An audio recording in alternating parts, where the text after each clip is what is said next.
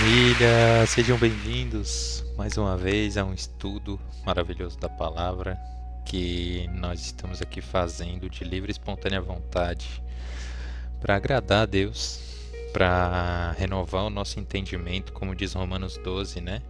Que a renovação do entendimento vem através da palavra, que a gente possa renovar o nosso entendimento, possa se aproximar cada vez mais do entendimento de Deus, né? Porque a leitura da palavra, ela serve para isso, irmãos. Ela serve para a gente poder meditar nas escrituras, colocar ela dentro do nosso coração e a partir disso alinhar os nossos desejos com a vontade de Deus, né? Porque o objetivo desse estudo, como a gente sempre vem falando, é adorar a Deus. Porque a palavra de Deus diz que haveria um tempo em que os verdadeiros ou os verdadeiros adoradores adorariam em espírito e verdade. E essa verdade vem por meio da palavra. Eu recebi hoje um feedback maravilhoso de um irmão que disse que eu estava muito tranquilo, que eu poderia ser um pouco mais enérgico, que eu poderia trazer um pouco mais de tônus para o nosso estudo, para enfatizar de fato algumas coisas que precisam ser feitas, né? Porque a mansidão demais, ela também pode atrapalhar um pouco a energia com que a gente usa nas palavras, né? Lembrando que são palavras de vida e muitas vezes a gente precisa dedicar energia para isso, né? E eu agradeço muito esse feedback, com certeza foi muito construtivo. Foi muito bom poder olhar para dentro e ver que todos os excessos que a gente comete pode não ser bom, né? Então, às vezes a gente tem que saber um equilíbrio, mas tem que saber se posicionar também, né? Então, ser molinho demais, passivo demais, também não é uma coisa muito boa. Então, vamos ajustar isso, vamos tentar trazer essa ideia para o nosso estudo. E se você tem alguma coisa também a agregar, alguma coisa a comentar a respeito de como está sendo ministrado ou de como a gente está fazendo o estudo, coloca aí nos comentários, sabe? Deixa o seu comentário, a sua opinião para edificar esse estudo, né? De modo que, como eu sempre falei, é um estudo que é nosso, para que a gente possa ser edificado junto. Então, se você vê que a gente tem oportunidades que pode estar aproveitando, coloca aí. Aproveita esse momento e digita nos comentários. Talvez uma música de fundo que você queira ouvir diferente, ou talvez alguma alguma ênfase que você quer que a gente dê, né, em algum tema, algum assunto. É bom sempre a gente estar compartilhando, como eu falei, né? A nossa ideia de fazer o estudo da leitura em si é uma ideia de trazer a base bíblica para a nossa vida, mas como a gente vai fazer isso, a gente pode fazer junto, né? Então, lembra que sempre quando a gente vai fazer esse estudo, a gente tira as distrações, deixa tudo de lado, coloca tudo no silencioso, fecha as abas do navegador aí se tiver alguma aba aberta que está distraindo você, porque é sempre importante a gente fazer o estudo com concentração e foco, né? Para que a gente tenha o verdadeiro momento com a palavra. Lembra que quando a gente perde a atenção com qualquer distração que seja, a gente demora muito tempo para voltar àquele pensamento, aquele raciocínio que a gente estava. Então, quando a gente tira essas distrações e foca aqui e agora, se torna muito mais produtivo e mais intenso. E lembrando que, como a Bíblia é um livro espiritual, a gente sempre pede ajuda para quem pode, né? Então, eu te convido, irmão, para fazer uma oração aqui comigo, para se derramar na presença do Senhor, se entregar de verdade para esse momento, porque nós entendemos que é através do Espírito Santo de Deus que nós recebemos o entendimento. Tiago 1,4 diz: aquele que tem falta de sabedoria que peça a Deus, que dá a todos livremente. Então, Senhor, ajude-nos a pedir, Senhor, essa sabedoria. Ajude-nos a reconhecer, Pai, que de nós são obras da carne que vêm, mas do Teu Espírito de verdade são obras do Espírito. Pai, as Tuas obras são muito maiores do que a nossa, muito maiores, e nós não temos nem compreensão de onde podemos chegar. Somos apenas sementes na Tua mão, mas é o Senhor, o oleiro, que molda quem somos. Nós queremos ser renovados, Pai, através dessa palavra. E como a Tua igreja está sendo avivada e renovada, nós também queremos, Senhor. O movimento que está acontecendo no país, Senhor, é grande. Nós vemos isso acontecendo em muitas igrejas. Os justos, Pai, estão clamando por um novo avivamento. Queremos, Pai, viver sim as Tuas maravilhas na terra, para que fique incontestável a declaração de que nós somos o Teu povo. Nós queremos nos posicionar, Pai. Diante de toda essa maldade que existe no mundo, nós queremos fazer a Tua vontade. Queremos levantar a nossa nação, Pai, para glorificar o Teu nome. Nós queremos sim, Senhor, fazer a nossa parte.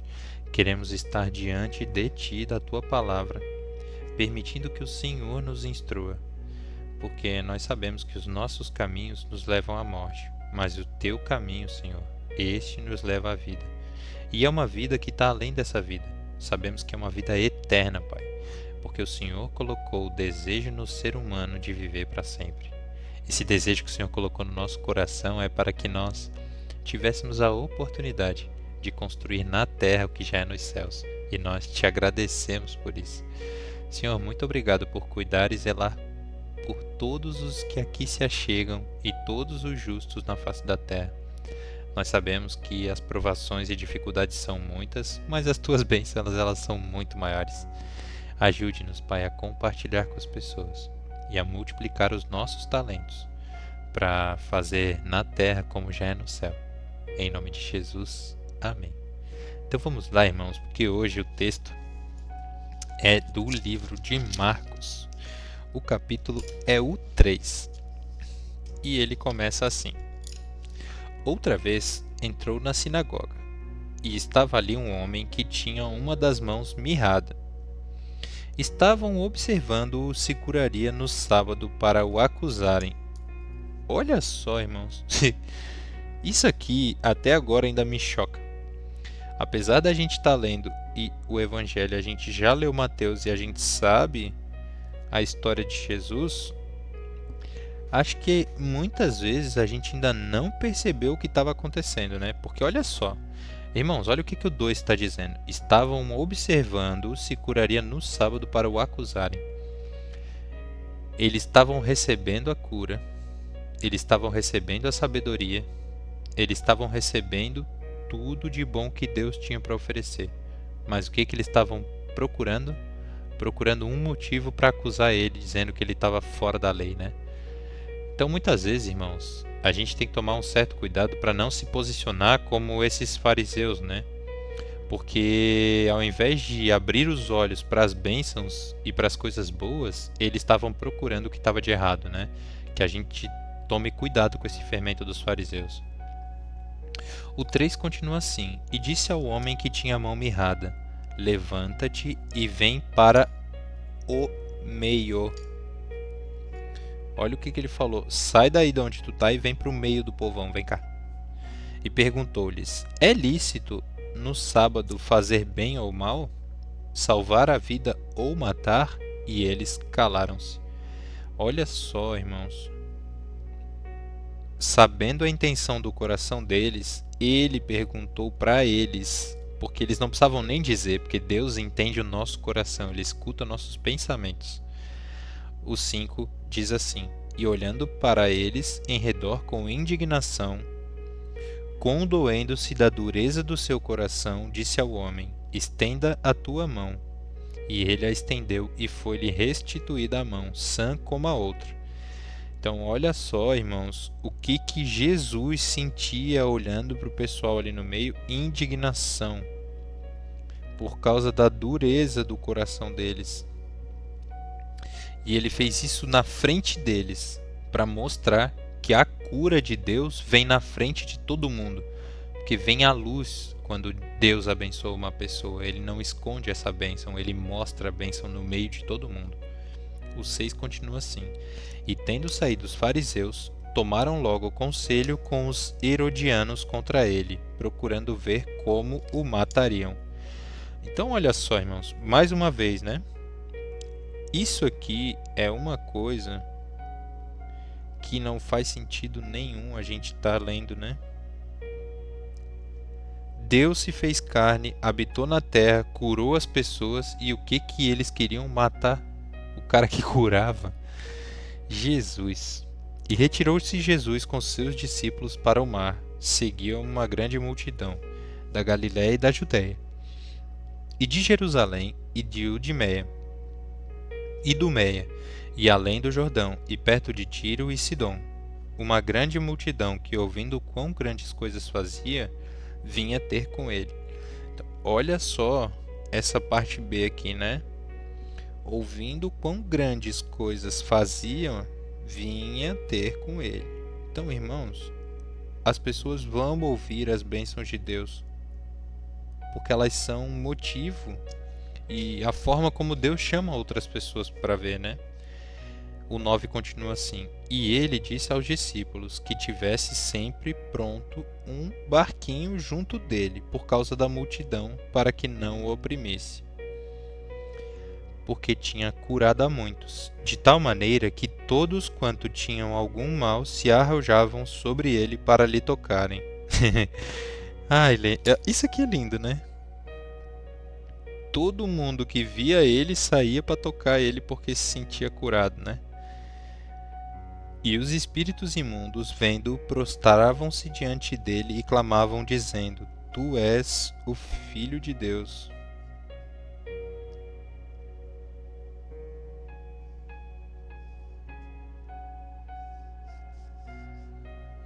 E ele os ameaçava muito para que não o manifestassem. Então aqui ele não queria que eles revelassem ele antes da hora, né? Por isso que ele colocava ele sob subjugo, né? E subiu ao monte e clamou para si os que ele quis, e vieram a ele. Olha só, irmãos, o 13. Marcos 3:13. E subiu ao monte e clamou e chamou para si os que ele quis. Então, irmãos, se você foi chamado, se a palavra chegou até você, se você está recebendo essa instrução, é porque Deus quis que você recebesse essa palavra, para que você tivesse a oportunidade de ouvir a voz dele, porque ele está te chamando. É para isso que essa palavra está sendo pregada, para que você tenha acesso a ela. E o 14 continua assim: E nomeou 12 para que estivessem com ele e os mandasse a pregar, para que tivessem o poder de curar as enfermidades e expulsar demônios. Então, esse foi o poder e a autoridade que Jesus nos habilitou: curar as enfermidades e expulsar demônios. A Simão, quem pôs o nome de Pedro, a Tiago, filho de Zebedeu, a João, irmão de Tiago, os quais pôs o nome de Boanerges, o que significa filhos do trovão, e a Andréia, Filipe, Bartolomeu, e a Mateus, Tomé, Tiago, filho de Alfeu, e a Tadeu, e a Simão o Zelote, e Judas Iscariotes, o que entregou. E foram para uma casa, e afluiu outra vez que a multidão, de tal maneira que nem sequer podiam comer pão. Então, olha só, irmãos. A palavra diz: e foram numa casa, fluiu outra vez outra multidão, e eles não conseguiam nem comer o pão, porque estava todo mundo em cima dele, né? O 21 diz assim: E quando os seus ouviram isso, saíram para o prender, porque diziam: está fora de si. E os escribas que tinham descido de Jerusalém diziam: tem Beelzebu, pelo príncipe dos demônios, expulsa os demônios. E, chamando para si, disse-lhes por parábolas: como pode Satanás expulsar Satanás? Se um reino se dividir contra si mesmo, tal reino não pode subsistir. Olha que alerta que ele está falando. E aqui ele vai falar no 25, ó. E se uma casa se dividir contra si mesma, tal casa não pode subsistir. E Satanás se levantar contra si mesmo e for dividido, não pode subsistir, antes tem fim. Ninguém pode roubar os bens do valente entrando-lhe em sua casa, se primeiro não matar ou não miniatar o valente, e então roubará sua casa. Na verdade, eu vos digo que todos os pecados serão perdoados aos filhos dos homens, e toda sorte de blasfêmia com que blasfemarem. Qualquer, porém, que blasfemar contra o Espírito Santo nunca obterá o perdão, mas será réu do juízo eterno. Então, olha o que ele está falando ali, irmãos. Aqui, ele está dizendo, na verdade eu vos digo que todos os pecados serão perdoados aos filhos dos homens, e toda sorte de blasfêmia com que blasfemarem. O 28, né, irmãos? E esse aqui eu acho que é uma garantia, a gente poderia usar ele de âncora no versículo, né? No capítulo, melhor dizendo. Porque aqui é a garantia, ó. Na verdade eu vos digo que todos os pecados serão perdoados aos filhos dos homens. Qualquer, porém, olha o 29. O 29 é poderoso. Qualquer, porém, que blasfemar contra o Espírito Santo nunca obterá perdão. Porque diziam, tem espírito imundo. Chegaram então... e por que ele estava dizendo isso, né? Ele estava dizendo isso porque eles estavam dizendo que as obras que ele estava fazendo não eram do Espírito Santo de Deus, né? Então ali eles estavam blasfemando contra o próprio Espírito Santo. E o 31 diz, chegaram então os seus irmãos e a sua mãe, e estando fora, mandaram-no chamar. Irmãos, olha essa palavra aqui. E a multidão estava sentada ao redor dele, e disseram-lhe, eis que tua mãe e teus irmãos te procuram e estão lá fora. Então, olha o que eles disseram para ele. E olha o que ele respondeu, né, no 33. E ele lhes respondeu dizendo, quem é minha mãe e meus irmãos? Olha o 34, irmãos. E olhando ao redor, para os que o estavam assentados junto com ele, disse, eis aqui minha mãe e meus irmãos. Portanto, qualquer que fizer a vontade de Deus, esse é meu irmão e minha mãe. Não. Vai ser o 35, gente. Que versículo poderoso. Esse aqui é poderoso. E certamente esse é o versículo do dia. Irmãos, muitas vezes você pode estar passando por alguma dificuldade, alguma tribulação relacionada às pessoas que estão à sua volta. Seus amigos, seus familiares, muitos deles estão fazendo pressão porque você está fazendo estudo bíblico e porque agora você está entregando a sua vida para Deus e as pessoas estão dizendo, cara, acho que isso aí é furada. Não vai por esse caminho, acho que isso é coisa de doido. Enfim, né? Vão até dizer que, olha, tua família está aqui. Vem cá, fica com a tua família. E olha o que Jesus fala, né? Portanto, qualquer que fizer a vontade de Deus, esse é meu irmão e minha irmã e minha mãe. Tenha clareza, irmãos, que os que fazem a vontade de Deus são nossos irmãos. Porque esses verdadeiros adoradores foram chamados segundo o mesmo propósito. E é essa a nossa missão. De estar perto da nossa verdadeira família. Aqueles que adoram a Deus e andam segundo o seu propósito. Que você tenha essa clareza, porque o estudo de Marcos, hoje o capítulo 3, trouxe o entendimento para nós de que um reino dividido não existe, né? Então, se dentro da tua casa tem pessoas que servem a Deus e procuram a Deus e ao mesmo tempo também tem pessoas que não fazem a vontade de Deus e que caminham em sentidos opostos, você tem que saber se posicionar, saber achar sua turma. E a sua turma é aqueles que fazem a vontade de Deus. Não tenha medo de deixar algumas coisas para trás. É necessário. Abraão também deixou toda a sua família para trás. Quando Deus tocou no coração dele e falou, sai do meio dessa parentela e vai para um lugar que eu vou te levar. Esse é o convite que Jesus também faz, né? Porque aqui ele aborda o tema dizendo, né? Quando eles estão tentando tirar ele do ministério, tirar ele da obra, o que eles tentam falar? Olha, tua família está aqui, vem ter com a tua família. E o que ele fala, né? Qualquer um que fizer a vontade do meu Pai, esse é a minha família.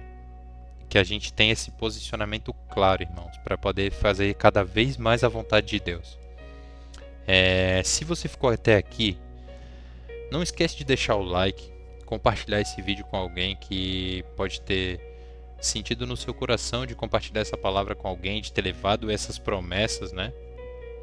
Para que a gente possa receber essa nova doutrina de Deus, né? Que é curar enfermos e expulsar demônios, né? Isso não é brincadeira, gente. O mundo espiritual não é brincadeira. Não é uma coisa que a gente faz de vez em quando. Não é uma coisa que a gente faz quando está com vontade. É uma coisa que a gente tem que fazer todos os dias. E para isso a gente tem que estar ancorado na palavra. O único jeito de resistir às tentações do mal é através da palavra. Foi isso que Jesus mostrou na tentação do deserto. E é isso que a gente tem que ter como base. Toda vez que o inimigo nos atentar, a gente tem que trazer a palavra. E como que a gente vai trazer essa palavra se a gente não conhece, se a gente não estuda, né? Então a gente tem que procurar, se dedicar e se empenhar para que essa palavra não volte vazia, mas que preencha o nosso coração e encha de vida. Então deixa aquela hashtag até depois do fim, que você sabe que o fim desse estudo não é o fim do nosso estudo completo, né? É o fim de um capítulo, mas a jornada continua. Eu fico por aqui, tamo junto, se Deus quiser amanhã tem mais. Valeu, fui.